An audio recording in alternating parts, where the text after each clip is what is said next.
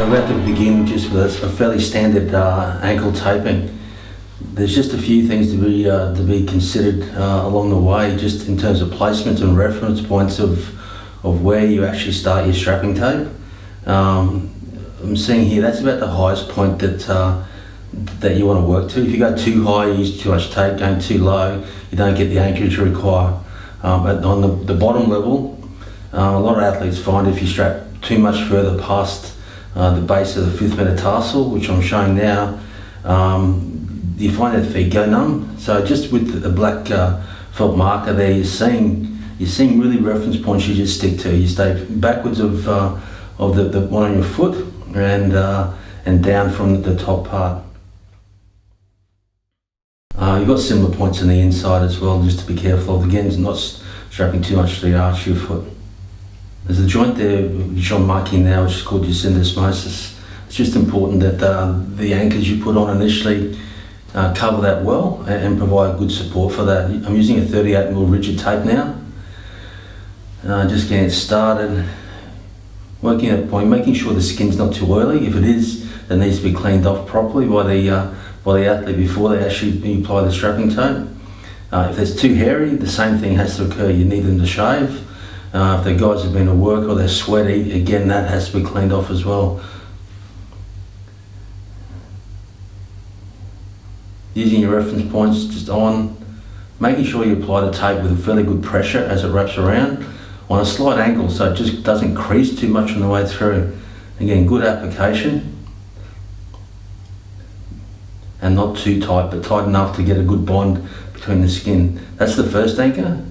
Usually apply a second anchor, still just on that slight angle, roll it around, back in place, tear it off, nice and fixed. Taking your foot up to neutral, so up to 90 degrees, work from the inside, around the heel, taking note again of that reference point, roll that through, easy rip, apply and stick so it sticks to the skin properly. Usually normally apply 2, some people use 3. Most strappers are fairly individual with the way they do things. I just tend to use 2 and then anchor that off again. That really locks in the strapping tape, but also locks in that syndesmosis, so you're supporting your ankle against high ankle sprains. My preference at this point is to go straight into a heel lock, working laterally around the heel, around the calcaneum, back up and through. Easy tears, stick in place. Same from the inside, from the medial side. Around the heel. You see again, you apply it nice and evenly without too many creases, and it sticks really well to the skin. Now I'll roll straight into a 6. So again, care for that reference point. Up and over.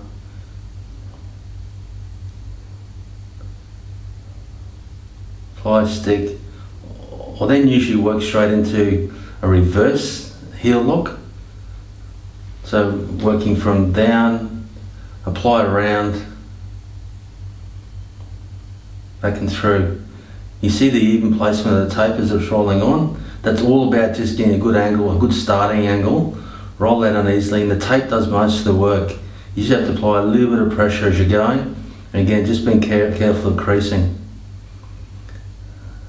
At that point, if you're not going to use a wrap, I'd anchor that off. Seeing we'll use a wrap now, I'm using 50mm Lockerwrap, which is just like a binding tape. Just keeps it nice and secure. Wrap that round. You start from the high part, high ankle, then roll around around the heel again, and then finish off back at the start.